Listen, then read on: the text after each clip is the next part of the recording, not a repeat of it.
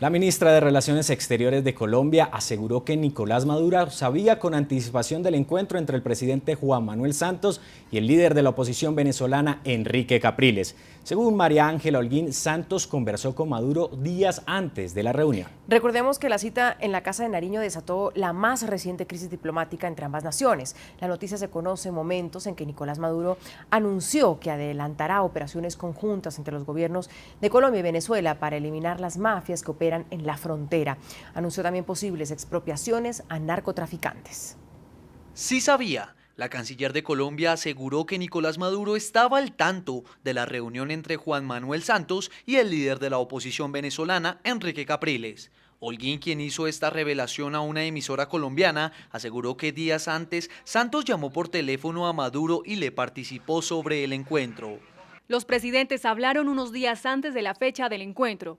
El presidente Santos le comentó al presidente Maduro que se iba a reunir con Capriles. La respuesta la desconozco. Imagino que no fue negativa porque hubiéramos sabido de algo. Las palabras de Holguín se conocen 14 días después de que Nicolás Maduro manifestara su ira por esta foto, la de la reunión entre Capriles y Santos en Bogotá.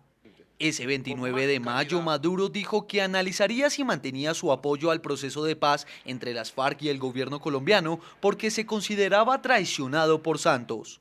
La tensión entre los dos gobiernos se agravó con el anuncio del jefe de Estado de Colombia de su voluntad de estrechar lazos con la OTAN y las denuncias de Maduro acerca de un supuesto complot contra su gobierno tejido desde Bogotá por opositores venezolanos. La canciller dijo que los asuntos bilaterales se pueden resolver directamente y aclaró que no se necesita de organismos internacionales. Luego de la polémica tras la visita de Capriles a Bogotá, el tono de Maduro bajó. Inclusive, este miércoles dijo que con ayuda de la administración de Juan Manuel Santos iniciará operaciones conjuntas para liquidar a las mafias que operan en la frontera colombo-venezolana. NTN 24 establece contacto directo desde nuestros estudios en Washington con Pedro Burelli, analista político venezolano y exdirector de Petróleos de Venezuela, PDVSA. Señor Burelli, buenas noches y gracias por acompañarnos en el informativo de NTN 24 para toda la teleaudiencia del continente americano. Buenas noches, Juan Pablo. Señor Burelli, y Nicolás Maduro ha realizado varias denuncias desde la muerte de Hugo Chávez y ninguna prueba asegura que hay un complot para asesinarlo. ¿Qué es lo que pretende entonces Nicolás Maduro con estas denuncias?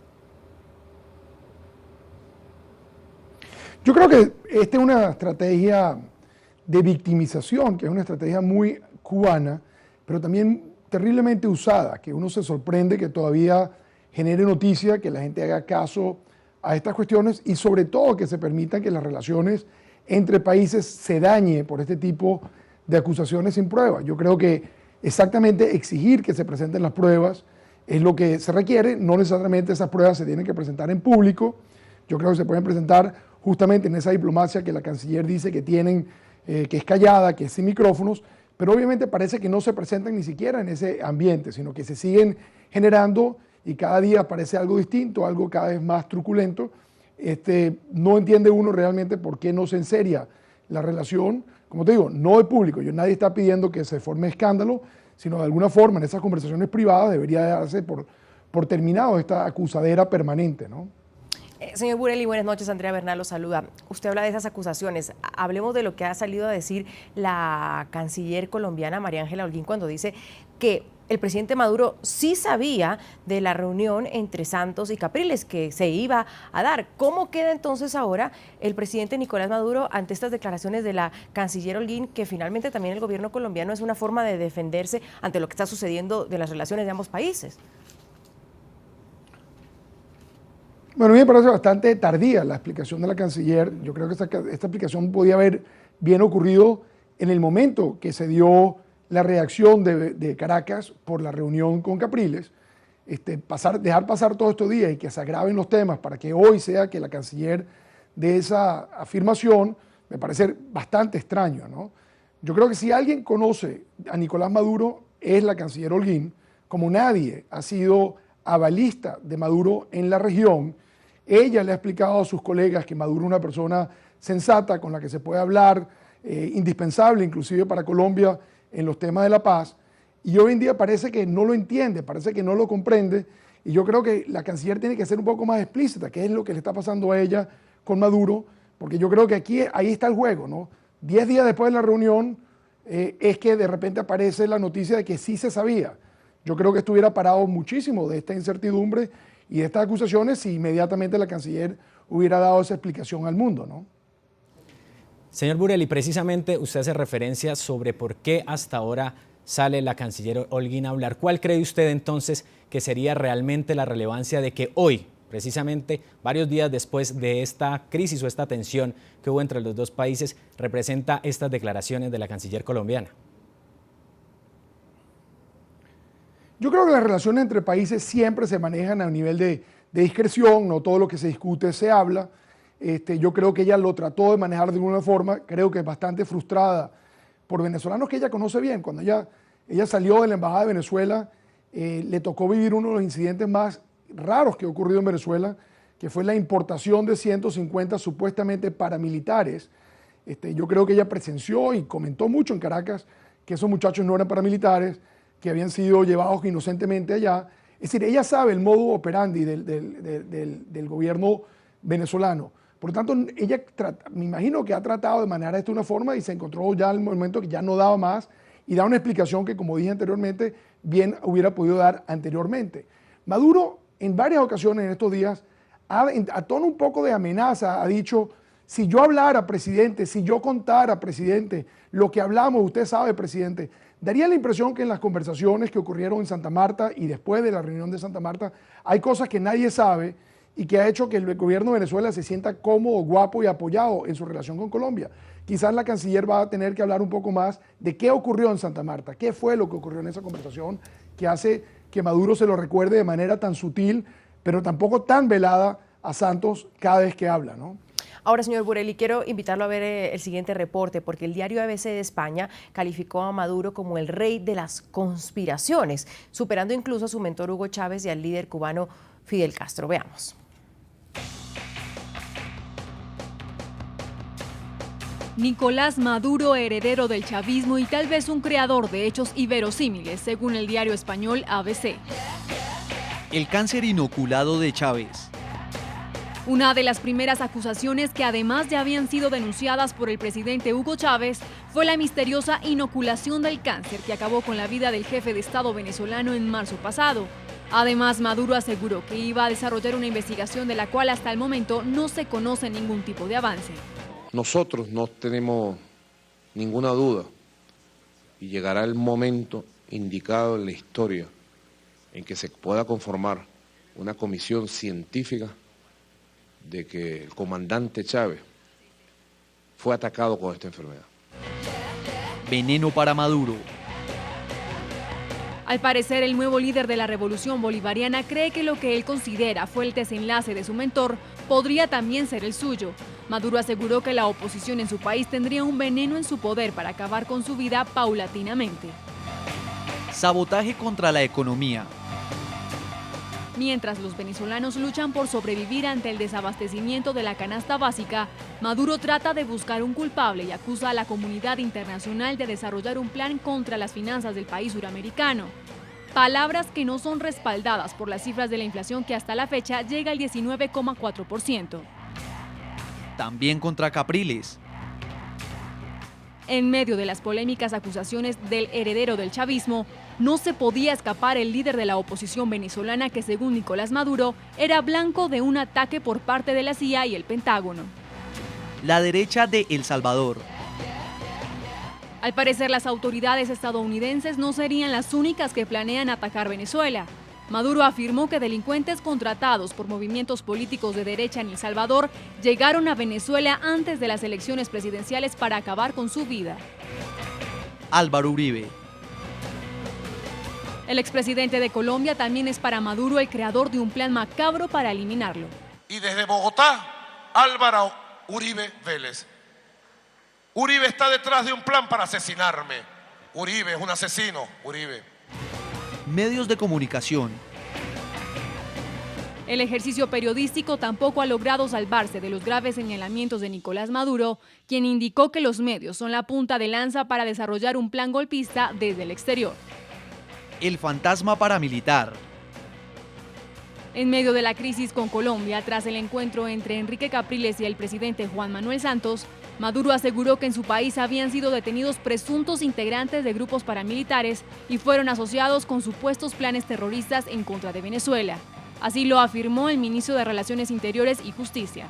Nos llama poderosamente la atención y nos crea la suspicacia de qué conexiones políticas puedan tener estos señores con elementos de la extrema derecha venezolana. Los caza de la oposición. El ex vicepresidente José Vicente Rangel denunció que la oposición venezolana habría firmado un contrato para comprar 18 aviones de guerra que serían llevados a una base militar de los Estados Unidos en Colombia. Primero Justicia. El oficialismo ha arremetido varias veces en contra de quienes no se encuentran a favor de sus políticas. El presidente de la Asamblea Nacional, Diosdado Cabello, acusó al partido opositor Primero Justicia de planear un golpe de Estado para derrocar, según él, a Maduro del poder.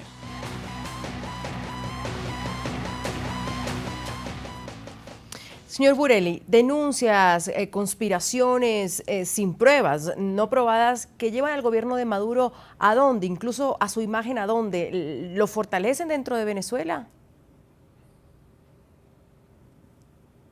Yo no creo, mira, este trabajo que ustedes han hecho y que están haciendo otros, yo creo que es el que hay que seguir haciendo. Yo creo que esto nadie está inventando, estas son las palabras de ellos, esto no es un tema de opiniones de unos analistas o de alguien de la oposición. Esto es simplemente una especie de demostración todos los días de que la paranoia, que es una herramienta que uno no sabe si es verdad. A veces uno empieza a creer que de verdad estas personas creen esto, no que lo están inventando, sino que en el susto que tienen ante los problemas que están enfrentando en el país, le llega a cualquier persona con algo y se lo creen, están dispuestos a creer cualquier cosa porque es mejor que enfrentar los problemas que tienen. Pero yo creo que la tarea de nosotros, la tarea de los medios, la tarea de otros gobiernos es seguir recordando esto, es no permitir que las relaciones de la región se dañen por estos inventos y sí, exigir un poco más, con más firmeza, la presentación inmediata de pruebas. Yo creo que en el caso, por ejemplo, cuando hay acusaciones directas contra personas, en el caso particular, cuando se acusan a exfuncionarios de diferentes países, los gobiernos tienen que salir a defenderlos. Los gobiernos saben que esto es mentira. No se puede crear un poco la incertidumbre que se genera cuando nadie responde, ¿no? También que el silencio empieza a otorgar. Yo creo que llegó el momento de ponerle un parado a este tipo de táctica que ya obviamente se sabe que no tiene sentido, pero la siguen utilizando, ¿no? Señor Burelli, otra de las noticias que se conoció hoy fue una posible reunión entre Barack Obama y Nicolás Maduro luego del acercamiento entre el canciller venezolano Elías Jawa y el jefe de la diplomacia estadounidense John Kerry en Guatemala. Veamos la siguiente nota y al regreso conversamos de este tema. El jefe de la misión diplomática de Venezuela en Estados Unidos, Calixto Ortega, aseguró que ambos países viven una nueva etapa de las relaciones bilaterales. A su juicio, positiva, razón por la que no descarta la cumbre de mandatarios. Eso es una decisión que corresponde a Nicolás Maduro como presidente de Venezuela, al presidente Obama como presidente de los Estados Unidos, pero yo particularmente no descarto que esa posibilidad se dé. Un acercamiento que los analistas ven con buenos ojos desde ya, sobre todo si se trata de dos socios económicos cuya relación indica la lógica, debería estar enmarcada en la cordialidad. Esta relación entre Estados Unidos, principal cliente petrolero de nuestro país, al menos yo creo que el que mejor paga en términos efectivos, y un país que se ha desgastado a través de sus líderes en discursos incendiarios, acusando tanto al gobierno de Estados Unidos como a sus presidentes de turno de ser promotores de una serie de actividades desapegadas al hilo constitucional, han constituido razón suficiente para el enfriamiento de unas relaciones que no tienen sentido mantenerse de esta forma. La semana próxima se dará un paso más en el nuevo camino que transitan Venezuela y Estados Unidos. Así lo marcará la reunión entre el encargado de negocios de la Embajada venezolana en Washington, Calixto Ortega, y la secretaria de Estado adjunta para América Latina, Roberta Jacobson. Estados Unidos es un país desarrollado en muchísimas áreas, en áreas tecnológicas, en área automotriz, en el desarrollo de la industria energética y en este intercambio que se hace entre ambos países, pues nosotros esas fortalezas en el mejor sentido de los términos desde hace muchos años hemos venido generando intercambio. Dejar a un lado la teoría del enemigo externo, advierte el analista político y profesor universitario Gabriel Reyes, sería un buen comienzo para el gobierno venezolano. Somos un mercado ávido de importaciones, sobre todo luego de esta crisis económica que ha paralizado nuestro aparato productivo. Estados Unidos necesita colocar una serie de productos que los venezolanos necesitamos, pero más allá del intercambio comercial de bienes y servicios, existe la necesidad de mantener la paz en el continente, y la paz no solamente en términos de la guerra material, sino en términos de la guerra discursiva. Mientras el gobierno venezolano ara el terreno en pro de cosechar más y mejores relaciones internacionales, la Unión Europea asegura que la situación política en Venezuela continúa siendo difícil y frágil tras las elecciones presidenciales del 14 de abril, cuyos resultados todavía no han sido reconocidos por el líder opositor Enrique Capriles. Así lo manifestó el director general para las Américas del Servicio Europeo de Acción Exterior, Christian Leffler. En este pronunciamiento, la Unión Europea también demandó al presidente Nicolás Maduro un gobierno que responda al interés de todo el pueblo venezolano, sin distingo alguno. En Caracas, Carlos Eduardo Sánchez, para NTN 24. Señor Burelli, retomando este tema, el editorial del diario The Washington Post de hoy señalaba que este nuevo giro que están dando las relaciones entre Estados Unidos y Venezuela lo calificaban como un salvavidas que le estaba lanzando Washington a Caracas. ¿Qué opinión le merece a usted este editorial? No, yo creo que aquí hay que diferenciar dos cosas. Hay lo que se dijo público, la imagen, y lo que yo creo que son las conversaciones sustantivas que hay entre los Estados Unidos y Venezuela sobre temas muy, muy delicados. Yo diría inclusive que en vez de tirarle un salvavidas, pudieran estar tirándole un ancla. Hay ciertos de los temas que se están discutiendo, como el tema de la cooperación antinarcóticos, el tema del tratamiento de la repatriación de ganancias de las multinacionales americanas, el mismo tema de las elecciones, el tema de los derechos humanos, el tema del tratamiento a la oposición. Hay una serie de temas que yo no creo que son tampoco fáciles de resolver, y todos son condicionantes para inclusive pasar la etapa de tener embajadores. Entonces, no sería la primera vez. Yo creo que es bastante ingenuo pensar de que este es un cambio muy radical. Se ha intentado una vez tras otra. Si bien nos recordamos, en la cumbre en Trinidad, recién llegado el presidente Obama, ocurrió una reunión entre la secretaria de Estado y Chávez y una conversación entre Chávez y Obama, e inmediatamente se habló de intercambiar embajadores y duró muy corto toda esa nueva relación. El fundamento de buscar el enemigo externo y el hecho que la relación con los Estados Unidos la maneja La Habana, no se maneja desde Caracas, hace que siempre va a haber la tensión. Y temas tan importantes como el narcotráfico, donde están involucrados altos personeros del gobierno de Venezuela y las Fuerzas Armadas, hacen muy difícil que esas conversaciones lleguen a feliz término. O sea, la no cooperación en el tema de narcóticos tiene una razón real, no es un tema de autonomía, es un tema de complicidad, es un tema de temores, y eso no se va a solventar en una conversación entre el encargado de negocios nuevo, Calixto Ortega, y la subsecretaria Jacobson. Se hablará y se hablará, pero yo creo que el condicionamiento para que se mejoren las relaciones existe. Tal vez en la foto no se vio, pero creo que fue lo que ocurrió en las reuniones.